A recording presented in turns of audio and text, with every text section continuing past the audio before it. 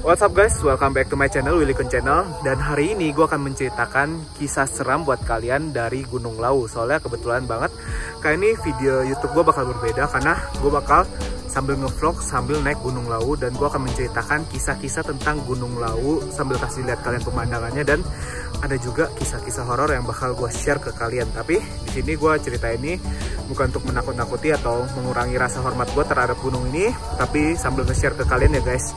Ikutin terus, gue bakal ceritain ke kalian sambil jalan.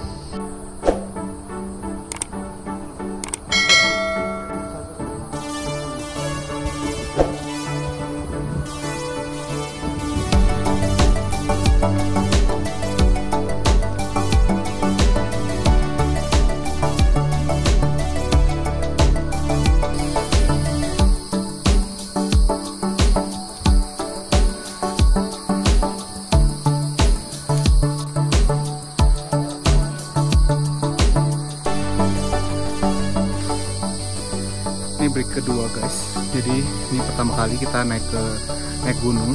Kita ke Gunung Lawu dan menit-menit awal tuh katanya memang wajar, langsung hentak, langsung capek itu. Masih ada 5 pos, ini masih ngebreak.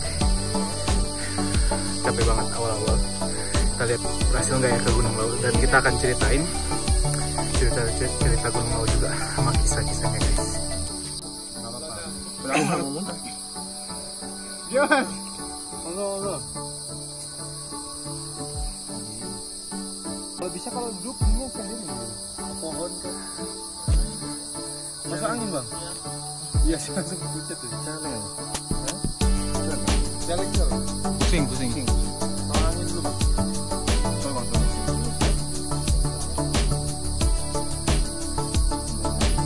Lemes dia nih, lemes baru.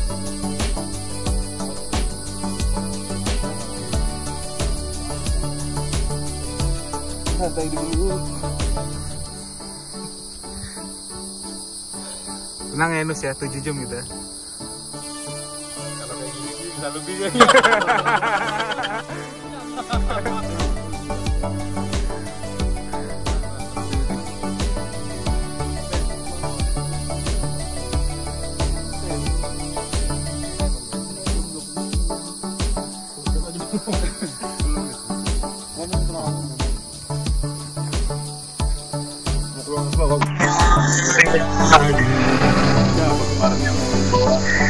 Oke guys,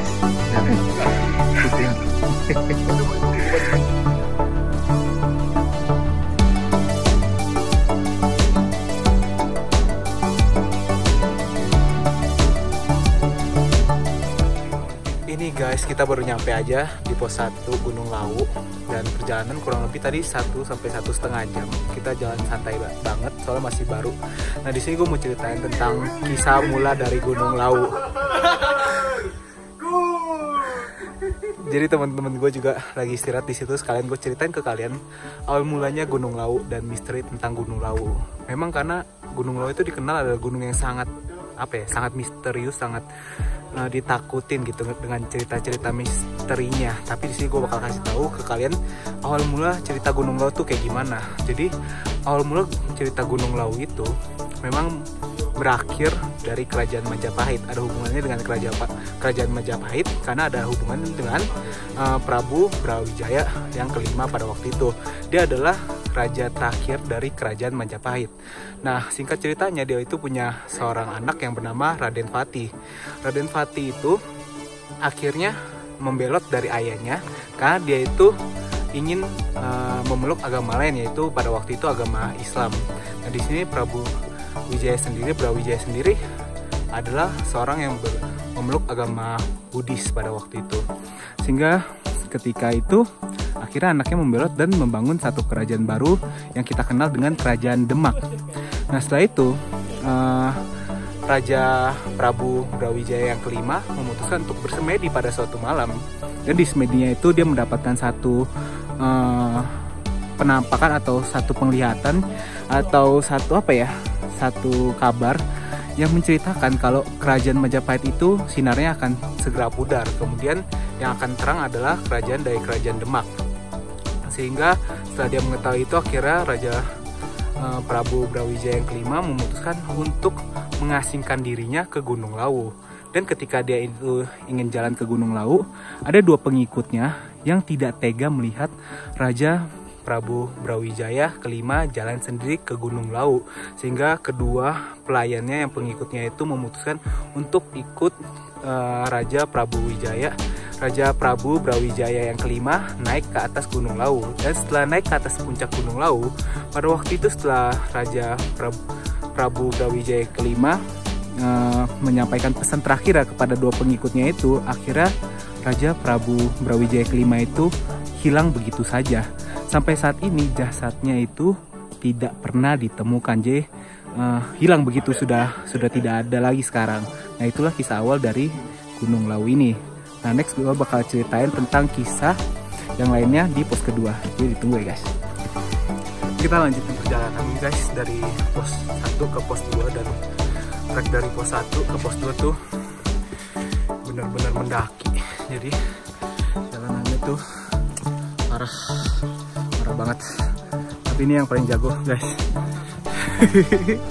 Gimana enggak, gue roll depan muter lapangan bola tiap hari. Nih gimana Nus? Trek dari pos 1 ke pos 2. Ini yang paling panjang sih. Oke, let's go. Udah jadi.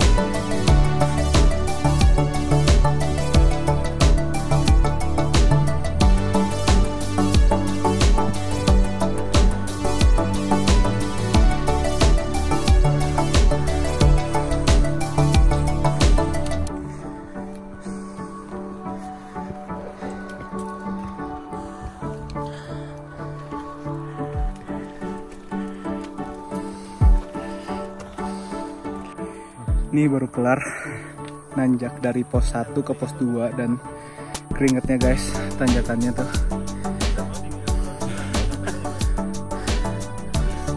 Tanjakannya tuh parah banget. Tapi mantap. Semoga aman sampai pos 2 guys.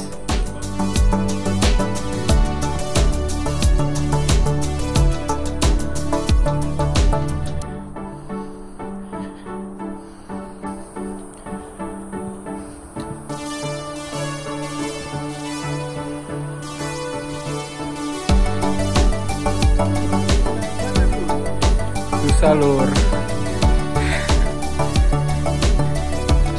Ada orang jalan mundur kayak gini.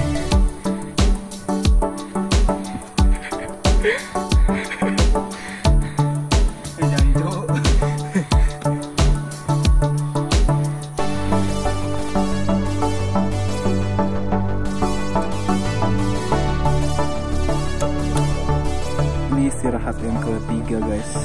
Dari pos 1 ke pos 2 udah ya setengah jam jalan, masih 1,5 jam lagi untuk ke pos 2.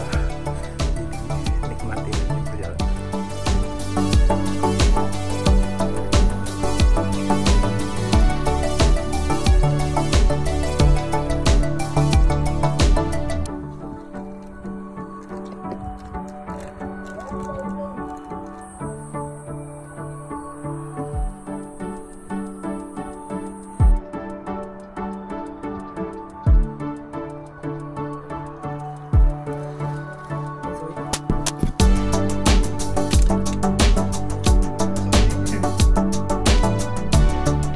Oke guys, nggak tahu jancok guys. Sekarang perjalanan ke pos 2 belum nyampe, tapi kabutnya udah mulai masuk nih guys. Wow, it's getting cold bro.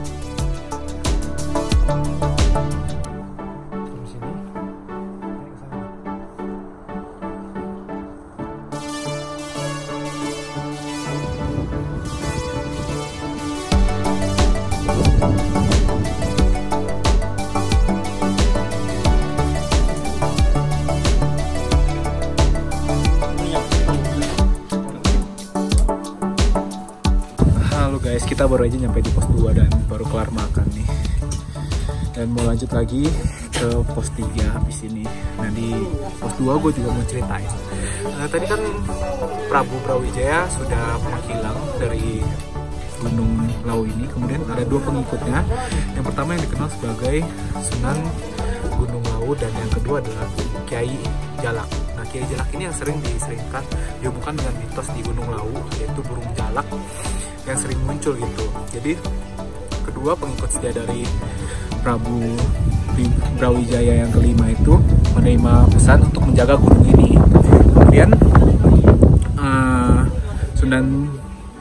Sunan Gunung Lawu dia itu berubah menjadi makhluk gaib, sedangkan Kiai Jalak itu berubah menjadi burung jalak.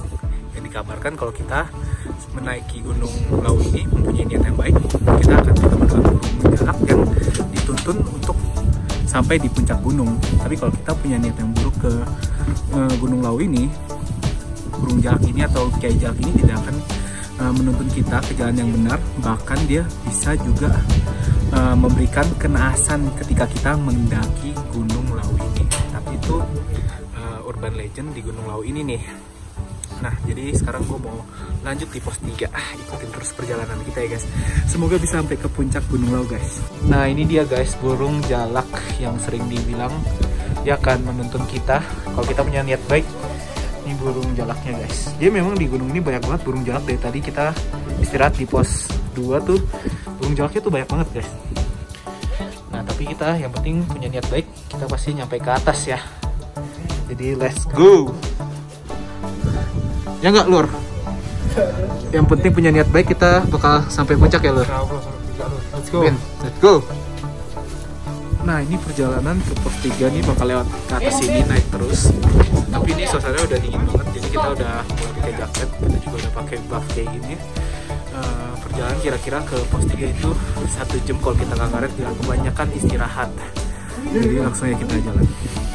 Guys, ini udah sampai di pos ketiga. Ini udah gelap banget, udah nggak kelihatan pos 3 ini di belakang gue nih. Tapi di sini udah nggak kelihatan gelap. Kita akan lanjutin perjalanan sampai ke pos yang kelima. Semoga bisa sampai pos 5 malam ini ya. Ini udah gelap banget guys. Jadi kita mau pakai headlamp sekarang.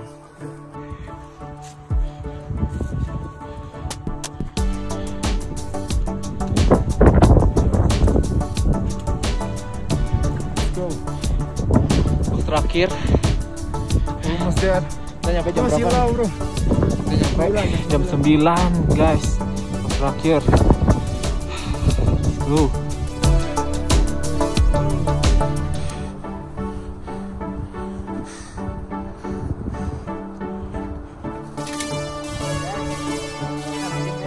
Lalu udah gak kelihatan apa-apa nih, no. Gelap banget. Dari atas kelihatan gak sih? Kayak enggak ya, udah gelap banget nih.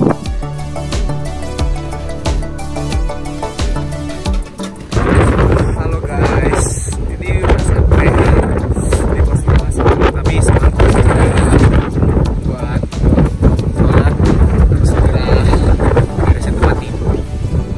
Dan sekarang kita lagi mau menuju ke puncak Lawu ya, kurang lebih perjalanan setengah jam. Di sini udah di atas banget nih. Sekarang kelihatan tuh ada kotak-kotak di bawah. Sekarang udah full out banget, kalian lihat ya. Kemarin kita nginep tuh, jadi di atas tanah ini memang ada rumah. Sekarang kita buat tenda, lihat nih, ini sudah banget, ada kecil banget. Jadi kalau buat tenda juga takutnya nanti tendanya nggak pernah ada lagi kalau hujan. Jadi sekarang kita mau menuju ke puncak Lawu, dan aku juga bakal lanjutin cerita buat kalian guys. Jadi di Lawu ini terkenal satu yang bisnisnya itu adalah pasar setan King. Jadi pasar setan King itu memang ada di Lawu ini, yang ceritanya kalau kita lagi mari jualan kita kenal gitu, sebaiknya jangan membelinya karena itu diduga adalah orang tersebut. Jadi kalau kita beli kita melakukan seperti itu, koin dan mengambil batu, jadi seperti udah membeli jualannya, dan makhluk halus itu tidak akan mengikuti kita lagi guys. Nah, sekarang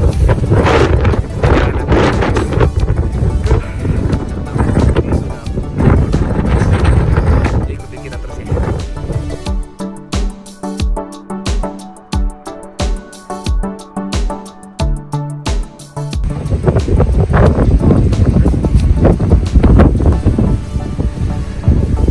Pemandangannya bagus. Pemandangan Lawu nih di atas awan kita. Rasanya mau terjun ya Lur ya. Tapi sayang hari ini kita nggak bisa sunrise. Padahal kita udah bangun tadi jam 4:30. Kenapa tuh? Karena nggak tahu hari ini anginnya kenceng banget, kabutnya turun terus ke bawah. Jadi belum berani tadi. Pas udah ada matahari aku baru berani aja summitin. Semoga di atas juga pemandangannya. Masih dapat lah, masih dapat nih kayaknya. Yo, let's go. Yuk, let's go.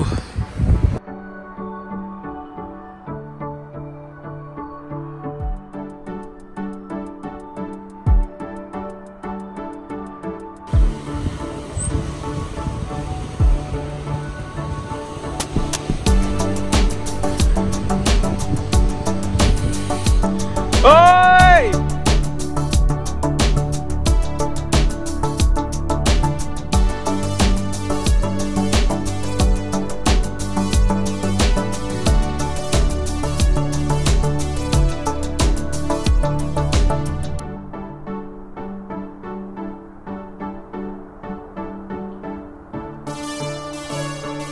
Akhirnya guys nyampe di puncak Lawu nih. Ini puncak Lawu. Ini itu 3265 GPL.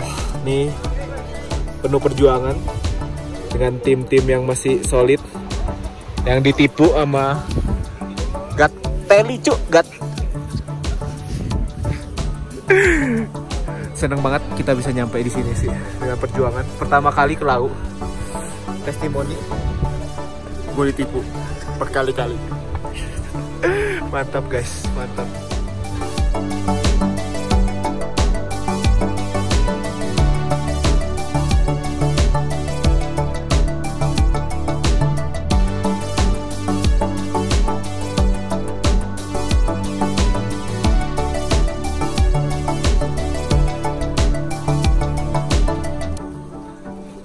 Halo guys, kita lagi di warung Boyem.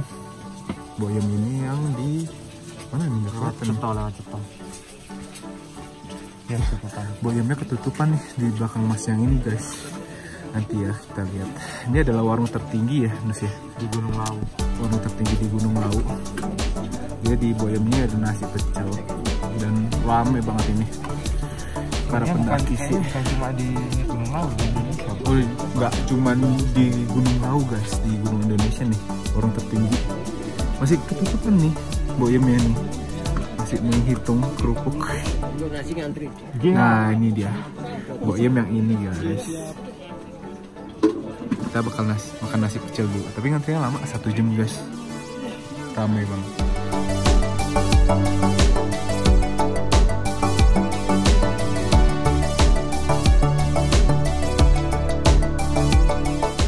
Nah ini kita baru aja kelar dari Boyem dan pemandangannya tuh masih di atas awan guys. Nah ini gue mau kasih tahu ke kalian, kalau kalian naik ke puncak Lawu dan Boyem itu bakal ngeliat ada kayak rumah ini. Ini namanya adalah Argo Dalem.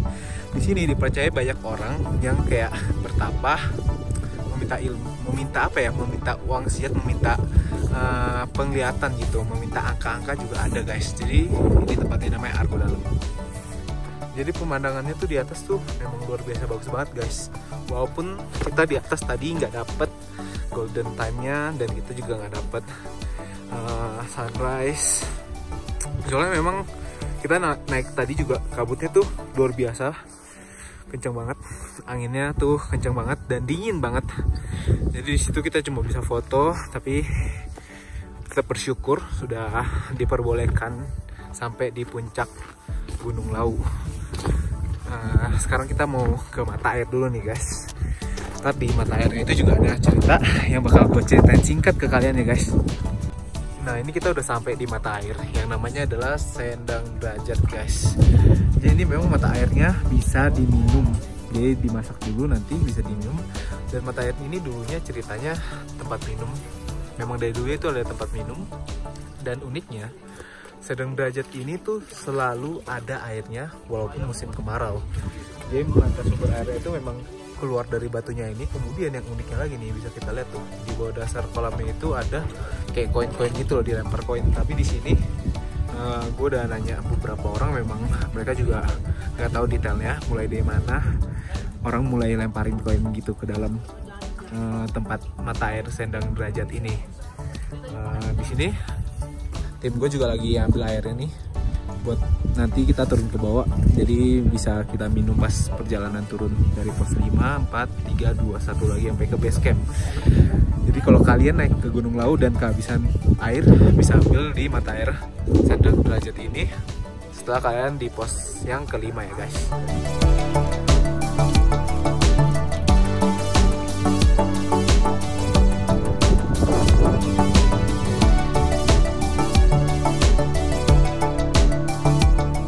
Guys, sekarang kita mau perjalanan pulang dulu. Jadi ini turun dari pos 5 ke pos 1 sampai base camp nanti. Tapi perjalanan turun memang lebih susah karena walaupun nggak capek, tapi kita harus lebih hati-hati nih turun melangkah satu persatu.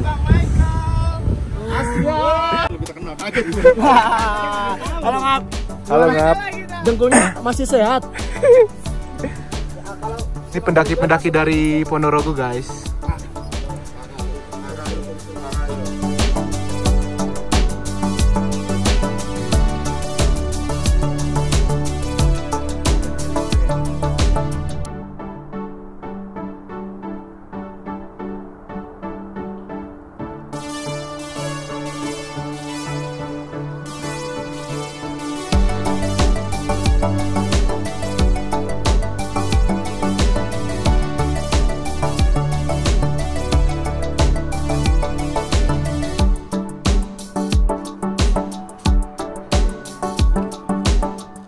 Halo guys, kita udah di pos kedua nih sekarang. Tadi kita turun dari jam 12 dan sekarang udah jam 4. Teman-teman lagi turun ke bawah juga nih guys. Jadi perkiraan nyampe di pos base camp sih. Base camp nanti jam 6. Semoga baik-baik saja semuanya. Akhirnya guys udah mau nyampe ke pos 1. Jadi tadi kita habis dari atas gunung itu tuh yang ketutupan awan, Gunung Lawu. Udah mau sampai pos 1 dan udah mau kelar ke base camp. Sekarang udah mau jam 6. Jadi udah mau 6 jam kita jalan. Sampai lagi sih guys.